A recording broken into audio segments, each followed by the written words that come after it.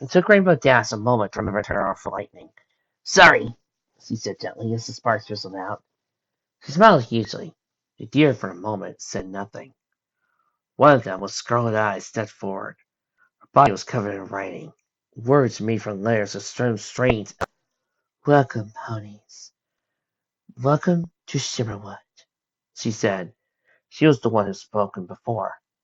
May Govene. Well met. There was a faint shimmer around most of the deer, where most of their bodies had been bare. They were now wearing armor. Slipping pieces of gleaming silver seemed to be made for single piece of metal.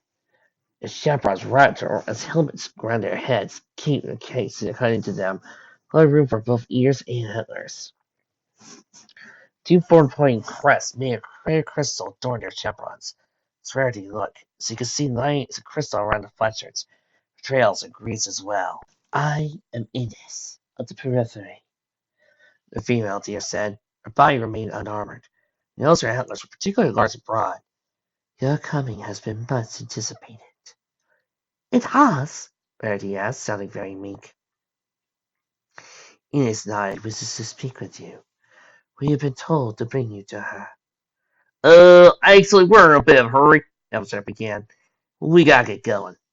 Ines raised an eyebrow. Not difficult to pass away, she said slowly. However, outsiders can frequently get lost in its depths. It is a very large forest. The magic that moves to its roots makes it quite unpredictable as well. This is actually why we can't get through it, Applejack responded, grinning mildly. So y'all don't mind. Thank you kindly for the welcome party, but we got. She turned around, and Ines stood in front of her, flanked by three armored deer on either side. Our lady wishes to speak with you, she repeated. We hope you'll accompany her. Applejack just said we were in a hurry, Jas said, regaining some courage. Our lady knows of your quest, Ines said. She perceived your troubles from far off, and knows you have time to spare. What she wishes to say to you is of great importance for the success of your mission. Applejack narrowed her eyes. She knows what we're doing? How?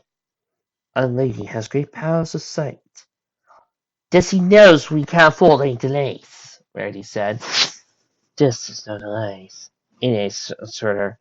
I believe you will find it a necessity to speak with our lady. How can she know right? Applejack asked.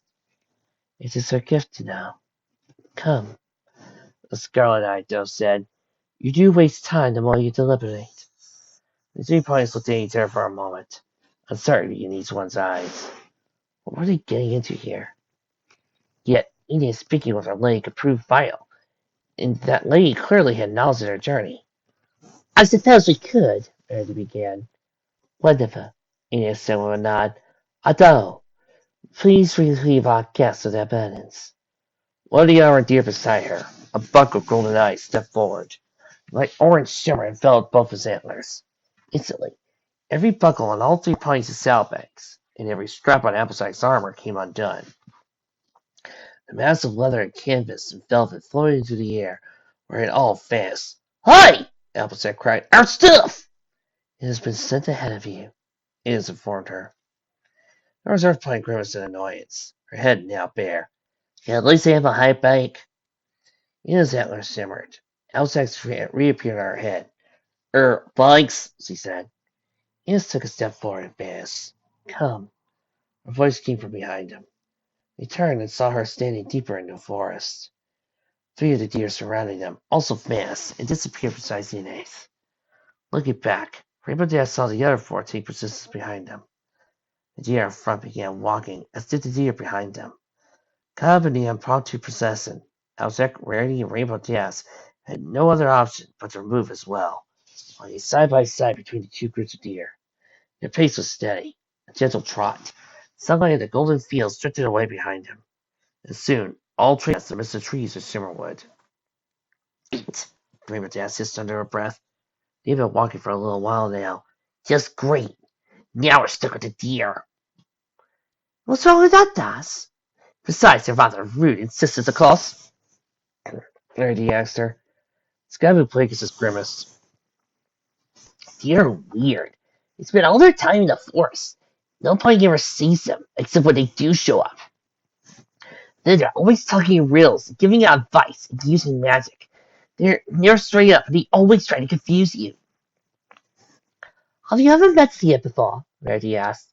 I confess I haven't. Well, no, Des admitted. Flash has had dealings with Thea before. She says the perfectly nice folk, Applejack said. Piscatorian thought. That is, he says they're nice folk until you mess with their force. In this case, they'll wreak terrible vengeance on you with their crazy powerful magic. We also have excellent hearing, Inez said, walking silently beside him. So he probably drew back with a shout. Dash fluttered panic in the air. The deer slowed her long, pointed ears towards him and blinked her scarred eyes and smiled. You have nothing to fear from us, as I have said. Please relax. You are safe here. Safer than you have been at any point in your journey. She advanced and reappeared at the front of the deer lead. The greater rarity that this abrupt fantasy was their teleportation, so accompanied by the burst of sparkling magic that characterized the unicorn teleportation. The deer was simply in one place one moment, and in another place another.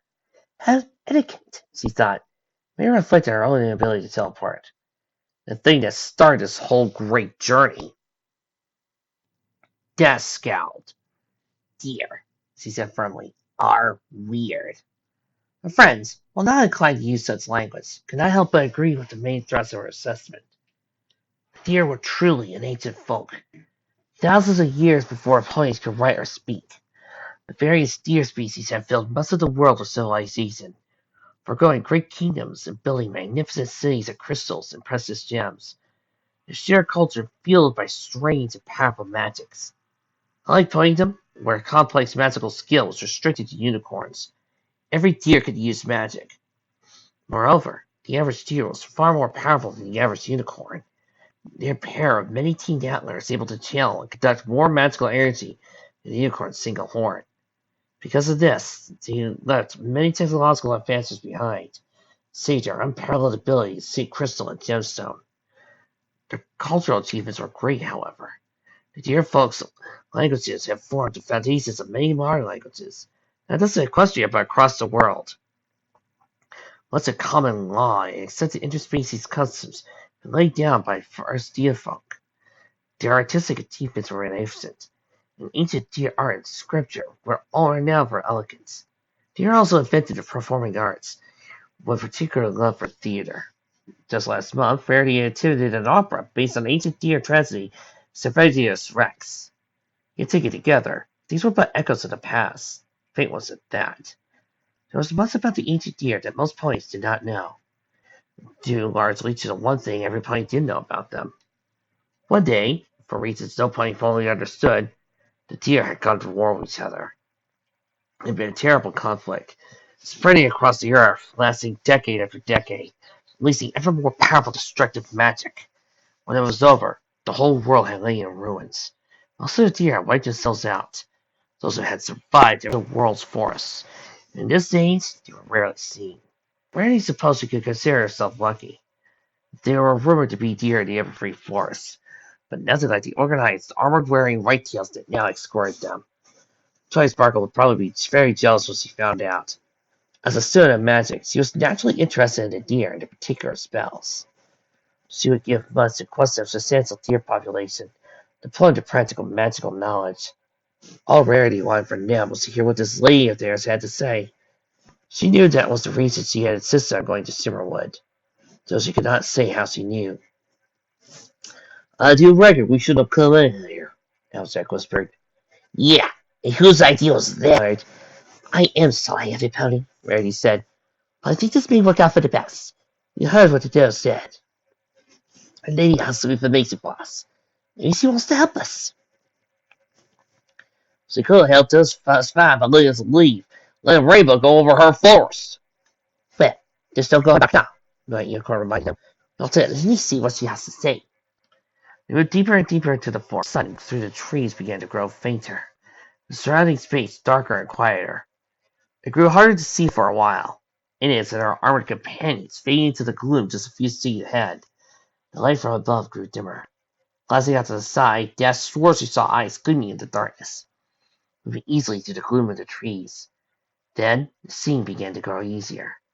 She could see Rarity's tail ahead of her again, the outlines of the deer beyond the white unicorn.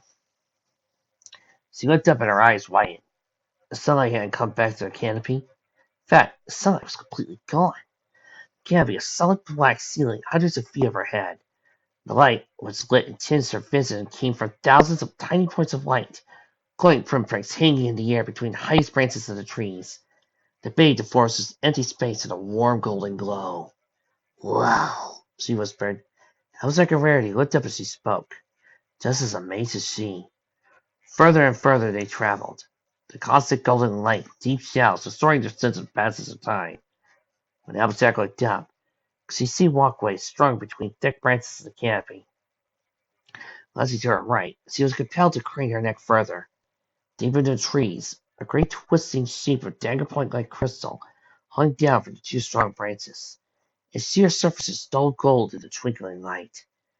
Deer, tiny against the great structure, stepped in and out of it, encased in a line of bright light, breaking up the exterior. What looked like fines of crystal began to hang down from the branches of the canopy, transparent lines twinkling in the golden light. The three ponies walked underneath them, and Applejack felt the hairs on her back raise up. She went to the left and saw another crystal dagger hanging down from the trees. There seemed to be one behind it as well, deeper in the forest. At this point, the procession turned a corner. The tree branches grew lower, forming a sort of tunnel. The lights drew close to her head. It was brighter tunnels like caused surroundings, made them squint. It drew closer and closer. The light got brighter and brighter. They exited the tunnel, and the three ponies were further amazed. A great white oak of incomprehensible size sat in the middle of a small lake. The air gleamed gold, rippled in eddies, currents of wild magic dancing in space. The lake was like a sheer sea of gold, completely undisturbed. Around the oak's branches twined tier tendrils of crystal. Rising around the trunk was a force-fired crystal tower, glistening gold and flashing with bursts of light. Occasionally, a pulse of light would travel down the spires, down the tower's crystal surfaces, through the roots splayed out from the tower's base, and into the lake, where it was spread over the surface of the water, to reach the source of a silent tingle. Rarity, Applejack, and Rainbow Dash could once again taste and feel immense magic. Indians drew a halt before the crystal landing. She and the three deer with her stepped to the sides, parting and allowing the three ponies a clear view. At first they were at a loss, but silently a crystal bridge drew out from the landing on the island into the lake's center, and knit itself to the landing on the shore. On the island, in between two spreading wings of the great massive trunk, a messy of crystal came apart. The whole forest for a moment held its breath. From the depths of the crystal, the trunk emerged an enormous deer, ducking its head slightly to fit through the opening of the tower. It stepped across the small island onto the crystal bridge, where it slowly moved towards them. It was massive, far larger than any of the whitetails he had seen, nearly as big as Princess Celestia. Its long, powerful legs and graceful torso seemed to be colored pure gold, with an underbelly of white. Its neck was not as long, comparatively, as the smaller deer's, but the smoothness of its features and the length of its ears, it seemed to be female. She had enormous pairs of antlers on her head. Each one of them, stretching broader than the average pony, was long, filled with more than a dozen points altogether. A streamer of white silk was woven between the antlers. Long ends which draped down either antler almost to their hurls. A crystal cricket adorned the top of her head. She drew up on them, and as the other deer bowed low. Rarity did the same, followed by Applejack and Rainbow Dash. The deer rose, and so did the ponies. By which time the great female stood quietly before them. Her eyes were dark. She smiled. "Applejack, Rainbow Dash, Rarity of Ponyville, welcome," she said with a voice of like ringing crystal. "I am Lothorian. Thank you for coming so far to indulge me, but I in the home of the deer." Ina stepped forward, and she and the other and Valar began to speak in the swelling, flowery language of which the three ponies had heard snippets. Rarity, however, could occasionally hear words in another language, this one sharper and less graceful. Finally, Lothorian nodded. The white-tails turned around and left their mists. "They go to prepare your places for tonight," Lothorian explained. "You will sleep in our midst, where your safety is assured. Tomorrow, You will be escorted through the Shimmerwood to the feet of the Arkback Mountains. Probably.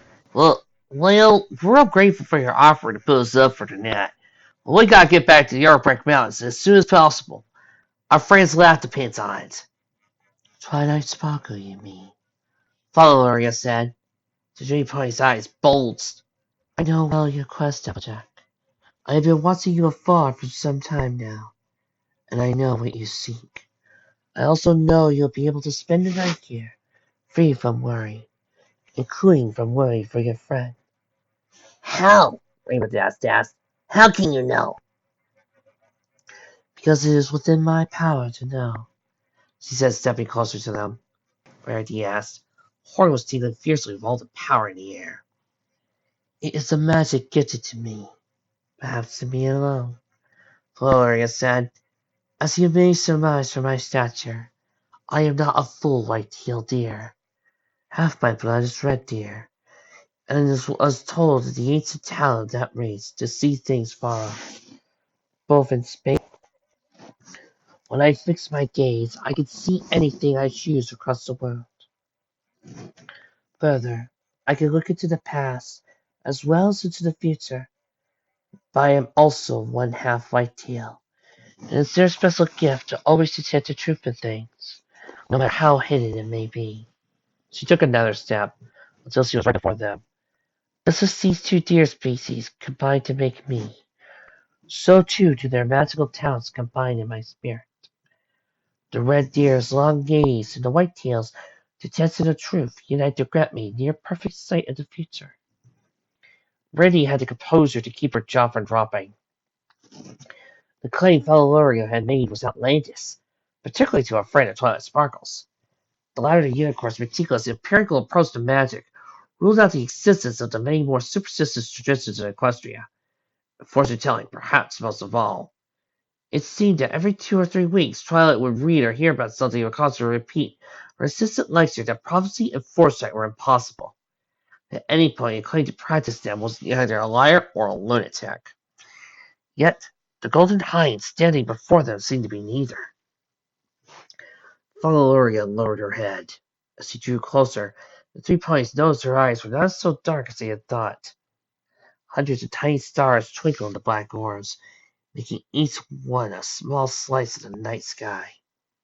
She smiled at them. I see inside your minds. You think my claim is impossible. Or perhaps you think it is unsettling. That is how it often goes when I inform other creatures of my gift. They think the existence of highly accurate prophecy means the future is fixed, that all events to come are already preordained. That may be, but I have no conception of the plan. She turned around. Walk with me, please. I would speak with all of you in private. She began to stride down the crystal bridge. With some hesitance, Rarity followed her. Then Rainbow Dash, then finally Applejack. They crossed the bridge in silence, their hostess barely ringing on the crystal surface. Valoria's silk tresses wavered in the air behind her. Racing behind the small island, they strode between the 2 enormous tree roots to the crystal mass, opening into a gleaming stairway. The 3 ponies followed the golden hind to the tower, crystal knitting itself set behind them. Up the broad steps they went, until they arrived in a large crystal chamber, with clear walls cut into bookshelves, and a central crystal chimney, which brilliant green flames burned long and tall with no visible fuel. White, and the 3 small crystal daises rose from the floor. There was once longer ones nearby, on which a simple platform of wood was raised. Here, Valoria stopped and settled, turning to face them. The 3 ponies took their proffered places. The crystal was not hard, but soft and soothingly cool to the skin. Valeria looked serenely at them, her starscape eyes half-lidded. The ponies were struck by a presence, warmth and power.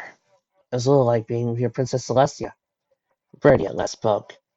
My lady Valeria, please tell us more about your gift of prophecy. You know anything about our friend Twilight Sparkle. Your she has told us that such things are impossible. Prophecy as such, which involves hearing from the future from a voice of a god. It's very rare, though not impossible, the Golden Hind said. The sight I possess is even rarer, but it is not prophecy. It is, as I said, the result of a combination of gifts from the two deer species. All events, though through the whole of time, come about through choice and circumstance. One of you is faced with a choice, so you make several available choices. From this one choice, other choices rise, and you make other choices there as well, and so on into an endless sequence of choices. These network of choices are what I see. However, I can also innately detect the truth. This is what makes my sight near perfect. When I bend my gaze upon a creature or an event, I can instantly discern the true nature of everything I see. This makes me able to know with a high degree of accuracy which any of the available choices are going to be made. It extends even to the natural world. I can see the true nature of storms and trees and mountains, and know how they will react when they confront the events that will befall them. So you can look at us, Dad said uncomfortably. You can see our future, our real future, not just what could happen, but what will happen? Gloria looked gently at her. Yes, almost. She said, recall that the future I see is built on choices. My sense of truth allows me to know which choices you're most likely to make. However, it is still you who must make the choices, though you are highly likely to make the choices that correspond with your true nature. Your actions are not forced. You still surprise me, but it's likely you will not. How often have you ever been surprised? Rarity asked. Rarely, Valoria said. Elzak's green eyes stared intently to Valoria's, trying not to waver at the sight of the stars there. You do a real good job seeing the future, Lion. Yes, that's the case, Elzak said. Then tell us, what's why sparkled there? Valoria did not immediately respond. Her eyelids closed lower. She bowed her head, only to crackle of green flames faintly filled the air.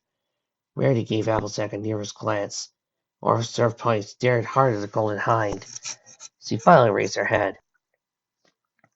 No, she will not. That's great! Riverdance exclaimed. She came very close, however, Floria said, startling the three ponies. She would have died if you had not chosen to fence her into Silverwood, because you would have sent Rainbow Dash to the Arkback Mountains, bereft of the knowledge I wish to share. Knowledge? I was sweeping my gaze across the fields of Glidedale a week ago, and I beheld you three making your way west. Curious, I bent my sight upon you, and so discerned your own histories and the history of your quest. I then looked upon Twilight Sparkle in Ponyville. Lastly, I looked into your future, and I saw her doom there. I knew only hope was for you to meet me, for who else could tell you all her present state, and the extent of the cure she needs? Present state? Rarity repeated. What's wrong with Twilight? Applejack cried, rising from her dais. Her hornrot is advancing very quickly, Floria said. It feeds greedily off her enormous magical power. It will soon reach her brain and magic circuit, and there kill her. It is very intense, more so than your friend Sakura recognized at first. But she was correct when she said only the better violet can cure Twilight Sparkle in time. So it can kill her? Applejack asked, heart pounding. Yes, provided you select the right one, the Golden Hind said. The 3 points stared at her. When Beneviolet's first flower, the petals are soft and violet purple. This is also when their magic is the most potent. So it is when their healing abilities are the strongest. Over a few weeks, they fade into a duller, darker purple. In the process, they lose the full extent of their curative powers. Twilight Sparkle's hornrot is now in such a state of advance that only a young Beneviolet, with a flower sharp and shocking purple, will have the strength to color her. An older, duller flower will not have enough magic to fully tame the rot. The pony disguised glances with terror, but said nothing about the fairy's intenses of magic. Oh, you sure of this? Rarity asked. We have much experience with benevolent here, Larry said. We use it often in our healing salves. We are well aware of its feeding potency. Also, Twilight must eat the flower quickly. A benevolent begins to lose its healing abilities within hours of being uprooted. In 4 days' time, its powers are completely gone. But I know you carry the magical transmitting fire of your friend Spike the Dragon, and that as well. You can send the flower to Twilight Sparkle instantly. If you select a young bed of violet, and the flame sends it to her in a moment, and she eats it as soon as it arrives, she will be fully cured of the horn rot. She smiled. And all this you three will do. I can see it. Thank you so much! Das exclaimed. We didn't know nothing about Leah's spits of color, Applejack said. You know, made her sick of fright. You sent Das up the mountains to see if he picked the wrong colored flower. I knew you didn't. Which is why I could try to lure you here. I could not guarantee any scout of mine would reach you. So instead, I sought to draw you in. Specifically you, Rarity. Me, Rarity said. The Simmerwood's ambient magic is normally confined to the strict limits of the forest, at the request of Goddale, said the Golden Hind. However, when I saw you drawing close, I stretched it out to the western Glidedale, where I knew Rarity at least would be able to sense it. I know unicorns are drawn to sources of magic. I foresaw that when she felt the magical field with her horn, she would insist on venturing into the wood. From there, I only had to set innings and watch here to wait for you. Cloaked, of course, so as to not alert you immediately. I wanted you to enter the wood of your own accord, and only then to be reassured of your safety. But Elsa began. She wasn't sure how she felt about the Golden Hind reading her intentions so accurately. That was not what caused her to speak, however. Yes, Valeria said, turning her head to the Orzarth pony. I saw your... It was when I was putting my hooves deep in the dirt, standing firm like a deer ponies. Just for a second I saw one of them walking. At least I thought I did. Did you? Valeria asked, curiosity filling her sweet voice. She did! Martez exclaimed. I remember her saying so. Our cooking spells are normally impenetrable, even to under deer. I wonder why. Valeria trailed off, her eyes half closed, and then opened again. It slipped my mind. You bear the element of honesty, Applejack. It is no surprise you could see them. Hail to see you, I have seen your history, remember? Valeria said. I know all about your accomplishments defeating Nightmare Moon. She smiled. Thank you. Thank you so much for healing dear Luna's soul. I know how much it means to Celestia, so she would never tell any of her subjects. You did no small thing by saving the world from eternal night, of course. But giving Tia her sister back was a great good in itself. You know Princess Celestia? Das asked. Oh, yes, the Golden Hind said, smiling more sweetly. Celestia is a very old friend of mine. We met when we were both young, both learning magic from the same congregation of dear elders. She was a few years older than I, so she was well along in her studies when I first arrived. Nevertheless, we hit it off splendid. Luna had not been born yet, so she was feeling very lonely. Being the only hybrid deer in the Citadel, I felt quite lonely myself. Princess Celestia learned her magic from deer? Das asked in surprise. Yes, Valeria said, as did Luna.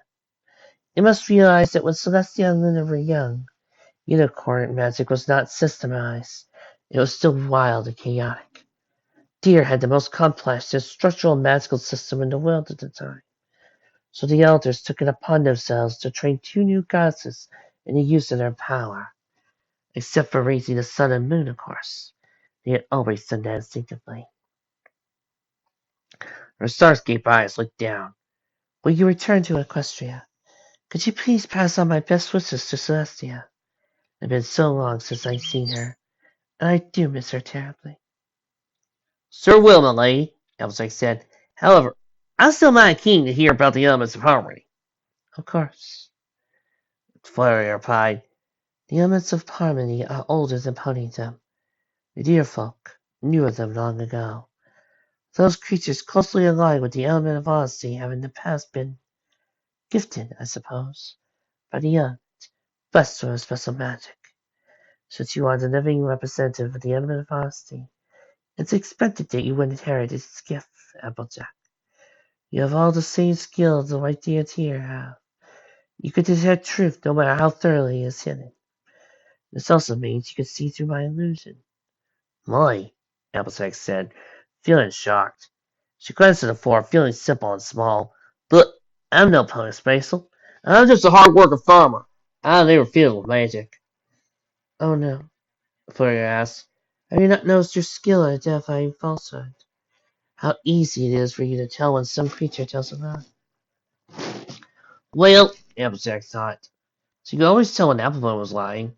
And Big Macintosh, Rainbow Dash, and Caramel. Supposed to be a very good liar. Well, that's just me having a nose for ribbon. I ain't the same as having truth detected magic. If I could always see through illusions, how come I've never done it before now? You have been the embodiment of honesty since you were young, so the magic always existed within you, the Golden Hind explained. Uniting you with the other 5 elements of harmony has amplified it, so you have begun to experience its effects more strongly. However, even now, you still have only the smallest use of it. You would have to train the magic and practice it regularly to wield its full power. The reason it activated at the entrance to Shimmerwood, I think, is twofold. First, because you were soaking up the magic in the air of the forest. It was granting you honesty magic a boost in power. Second, you chose at that moment to stand firm, as you were taught in Glidedale.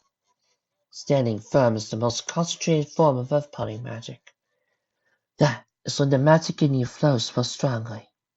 Those two factors combine to grant you more of use than normal of your magic of honesty, allowing you to see through my dear's cloaking spell. Awesome!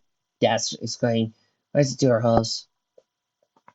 Hey, I had you about loyalty. Does that give me any special magic? I believe so. Indeed, I think all the elements of harmony grant gifts to those closely aligned with them. As I recall, the element of loyalty gave a gift related to inspiring others. And Rarity has the element of generosity! Death cried. Valeria turned her head to Rarity, and the white unicorn felt the hind's starscape eyes staring intently at her. Yes, she said softly. Yes, she does. What that element's gift was escapes me at the moment. Alec had a surprised laugh. That had been a lie. She couldn't think of why Valeria would tell it. I shall answer you further questions as you like, Valeria said. She had closed her eyes. However, I believe our dinner is ready for the evening. I have said all I wish to say in private, so if you'll follow me, we can talk on our way. She rose, and the 3 ponies rose with her, following her down to the crystal steps and out through the entrance to the small island. Crystal bridge grew across the golden lake once more. A flower walked across it. Elmsack, Rarity, and Rainbow Dash following in her wake. So, Pete, Dash asked, flying up to Flurry's side, what was Princess Celestia like when she was younger? Oh, Tia was a great troublemaker, the Golden Hind said with a smile. Once she learned even the most basic of magic, she would use it to get in all sorts of mischief, breaking into forbidden sections of the Enclave, listening in on private conversations, playing pranks on our instructors and even some of the elders. She always dragged me along because, to use her words, you look more honest than me. And in fairness, I did. That may be why I never got caught, as she did. Pretty sneaky, the boy Pegasus stoically. The princess was a prankster, and see you got in trouble? Yes. Gloria stifled a laugh. It seemed half of the time I met up with her, she was coming for some punishment or quiet time. But she didn't get punished nearly as much as she should have. Not for all the trouble she caused. More than half the time, she could talk her way out of the consequences. She had a silver tongue even then.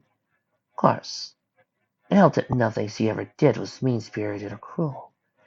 She was a troublemaker, but never a bully. This time Gloria actually laughed. I was an assistant to one of the old elk when Luna first showed up. and I recall the elders would on pins and needles, waiting to see if she was anything like her sister. Fortunately for their weary hearts, Luna shared Celestia's kindness and curiosity, but not much else. Luna was much quieter, far more dedicated to her studies. Oh, wait until season 2! They reached the end of the bridge and turned right, headed towards the lake. The train ponies had to move at a brisk walk to keep up with the leader's long strides. They headed down a tunnel of low branches, different to before. By the end of it, they appeared in a clearing. It was a large platform with dark wood set, and on it was a long crystal table and short legs. Cushions were arranged all around it. Deer, some armored, were wearing crystal circlets. Some completely bare, were emerging from the trees into the clearing. The ones that had guarded their garments vanished as they approached the table. There could be more deer than this. There are many more that live in the Shimmerwood. However, they live and work and study in shifts, so not all of them are awake or free at the same time. Flurry explained. Moreover, I dine personally with only some of them every day. I see a different group every day of the week. Large cushion lay at the end of one of the table. That is my space. Flurry said with a nod of her head. You three will sit with me. The white tails around the table, somewhat smaller than a great lady, rose to their hooves as Flurry approached. She walked slowly down the length of the table to the end. When she stepped onto the platform and stopped, towering over the low crystal tabletop on her long legs. Rainbow Dash, Rarity, and Applejack saw two open spaces on either side of her, and one further free, slightly second from the left. Rarity took her place at Flurry's right. Dash was on her left, and Applejack stood next to Dash. All the places were filled. Flurry spoke in a flowing language. All the deer bowed their heads, as did the ponies, while Applejack removed her hat. When Flurry had finished speaking, she reclined on her cushion, and the rest of the table followed. Lady Flurry, Rarity asked, have you ever visited Equestria? Many times, yes, Floria said. Celestia often invites me to stay with her. I cannot always accept her offers, busy as I am administering Simmerwood, seeing to my own folks' needs, but I try to visit when I can. Her eyes fell. It has been more than 50 years since I was last able to visit. As I said, I do long to visit her, not to mention seeing Luna again. That will be a treat. I like Equestria very much, not the least because of its comfort with magic. The Dale ponies are very good neighbors. The lords of the Dale have always been curious, but I recognize your discomfort with us. However kind they know us to be, their kingdom has sun magic, and we are a very magical race. Couldn't you move? Dash asked. There are a ton of big forests in Equestria. If you and the princess know each other so well, she would probably love having you in Equestria. I know Celestia will like that very much indeed, Floria said. But my dear are well settled here. We have been more here than 700 years. They are very comfortable here. I couldn't just ask them to uproot their lives and their families for the sake of my personal desires. Even if I were willing to do that, it is more the familiarity that keeps us where we are. What more? Applejack asked. You know, the difference between the deer here and the deer in the comics, these actually make sense. No, that comic does not make sense. You can't put an environmental message into a show where it's very much environmental. It's like trying to put in an environmental message in freaking Lord of the Rings. It just does not work. The Golden Hind paused for a moment.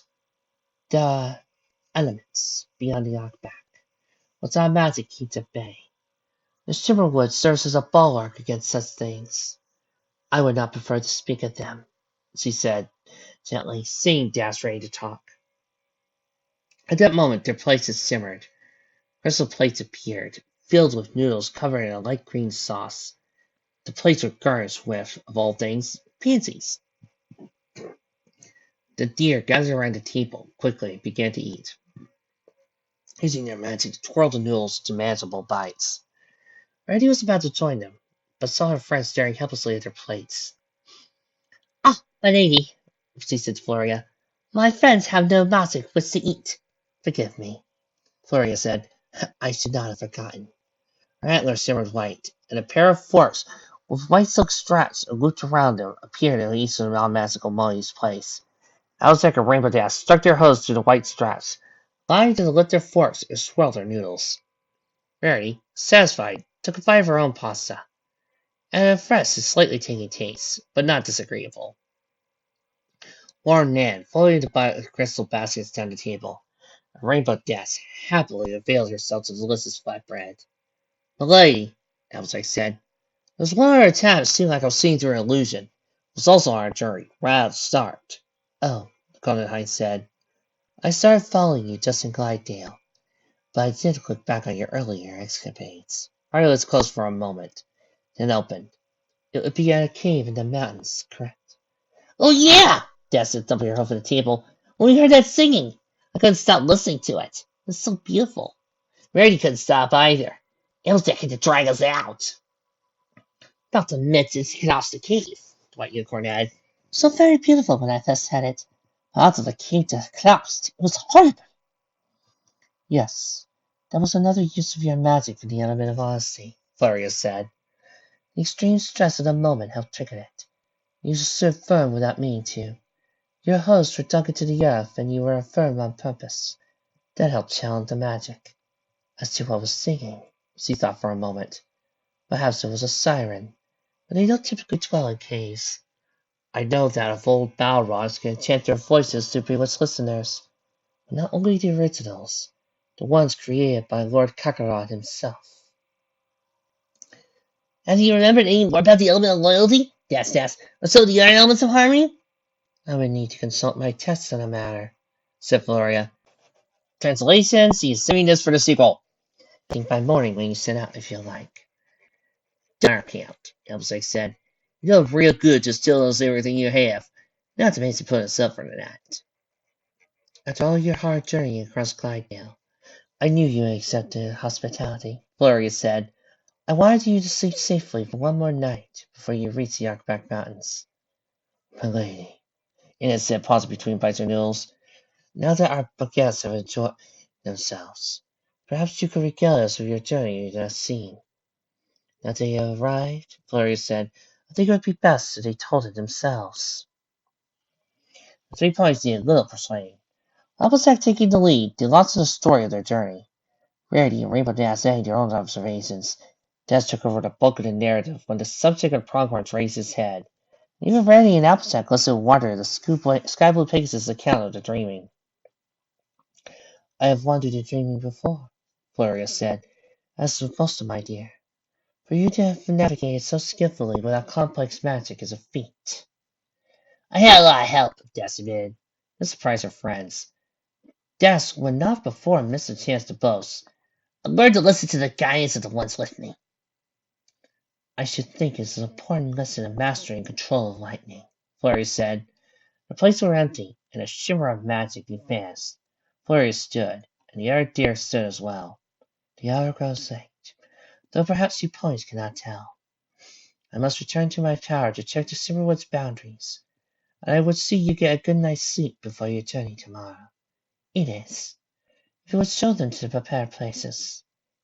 Very well, milady, Inez said with a nod. Golden Hind turned back to the 3 ponies. I take my leave of you now, but if you are troubled by anything in the night, do not hesitate to call upon me. All my deer have such levity. I shall be easy to find. Moving backwards, she stepped down from the platform and turned to go. Good night, Applejack, Rainbow Dash, and Rarity. Pleasant dreams. She began to stride slowly towards the trees at the edge of the clearing. Though her long stride, it was a little time before she passed between 2 dark trunks and out of sight. Inez turned to them. Come, she said, this is so earlier today. They followed her away from the table, into a gap between the massive trees, the golden pinpoints of light still glowing gently high overhead. They wound through the forest, passing another dagger of crystal, hanging low in the 2 branches. Miss Eames, do you know what those crystal structures are? Rarity asked. They are magical amplifiers, the scarlet-eyed does say. The crystal is a powerful conductor of magical energy, particularly when it is safe as we craft it. They allow us to protect our last control through the whole of the Shimmerwood, regulating and keeping it free of danger. Otherwise, the wild magic here cannot attract untamed and dangerous creatures. Heh, we got forests like that back near home Ponyville, Abzak said. Air free forest is called. Got all manner of creatures. They were led to a section of the forest where the light seemed to dimmer. Great hanging towers of crystal descended from the trees. Huge quartz-shaped structures were 2 stories tall, hanging low to the ground. One particular size emerged before them. In its antlers simmered horns, and he ascended until he could step into it. The trees were 3 foot and covered in simple white sheets and gray blankets. The crystal was vaguely transparent. At the upper level, the ponies could see their equipment and armor neatly stacked. "We'll have baths ready for you in the morning," Innes said as he stepped inside. "In the meantime, as Our Lady said, do not hesitate to call on her if you are distressed in the night." "Why would ever be distressed?" Rarity asked. "Our Lady's own protection, and the protection of the whole of the deer is great, but does not always protect the mind from wild magic during slumber," the doe said. "Dark dreams and portents can sometimes result. Very rarely an attack happens, but Our Lady knows such things instantly. She will be with you in your dreams to protect you if it occurs. So until the morning, good night." Her antlers shimmered again. A long dark curtain was drawn across the bower's entrance. "Phew!" gasped Breed, slipping back onto the central futon. "What a day!" "Got outside. It was worth coming here after all," Abzak said, taking her hat and pulling back the covers on her thin mattress. "Could have been real trouble if we didn't know about the colors on the bad violet." "I'll say," Rarity added, snuggling under the covers. "And Lady Valerie has been so forthcoming in all other respects. She told us all the information about the elements of harmony, even." Abzak hesitated at this. Should she tell Rarity the fuller light about not knowing of the element of generosity? What would she say after that? Would she just make Rarity suspicious to no effect? Abzak had not detected any malice behind the lie. It meant no harm for them. It's not essential information. Our Reserve Pony was content to let the Golden Hind keep her secrets, for reasons he had. "I wonder how I would go about doing that magical exercise he was talking about," she murmured. "You want to learn to be a trick detecting machine?" Das asked. "Could be mighty useful," Applejack answered. "I think it's been useful all right. Plus now, I do not like being fooled by nothing." Rarity yawned. "One more thing to ask her in the morning," as he pulled the covers close around her. "Good night, Penny." "Night," Das murmured, pulling the covers over her body. Applejack, now I have it, tipped her hat over her head. "Good night, Elle," she said. The gentle silence surrounding the wood was the best sort of lullaby, and the bower was dim. The 3 quickly fell asleep, where Rarity dreamed anew.